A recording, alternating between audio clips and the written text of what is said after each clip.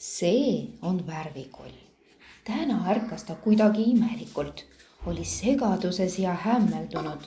Ta ei tea päris täpselt, mis tal viga on. Kas sa oled jälle sassi läinud? Oh, sind küll.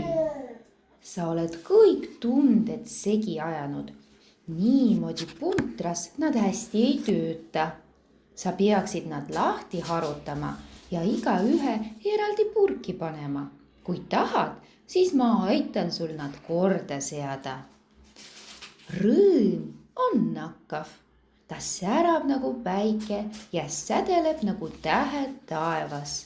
Kui sa oled rõõmus, siis sa naerad, hüppad, tantsid, mängid ja tahad oma rõõmu teistega jagada. Kurbuse puhul tunned alati millestki puudust. Ta on igatsev nagu tuulevaikne meri ja nukrameelne nagu vihmane päev. Kui sa oled kurb, siis sa poed peitu ja tahad üksi olla ja sul ei ole isu mitte midagi teha. Viha hõõgub nagu metsik tuleleek, mis kõrvetab valusalt ja mida on raske kustutada.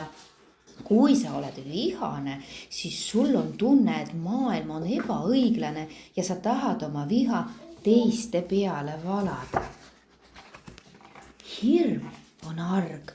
Ta peidab end ja põgeneb nagu varas pimeduses. Kui sul on hirm, siis sa tunned end pisikese ja armetuna ja arvad, et ei saa millegagi hakkama.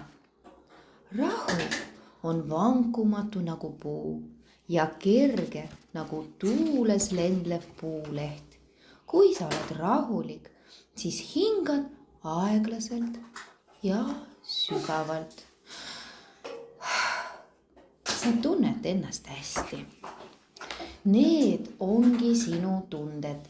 Igaühel neist on oma värv.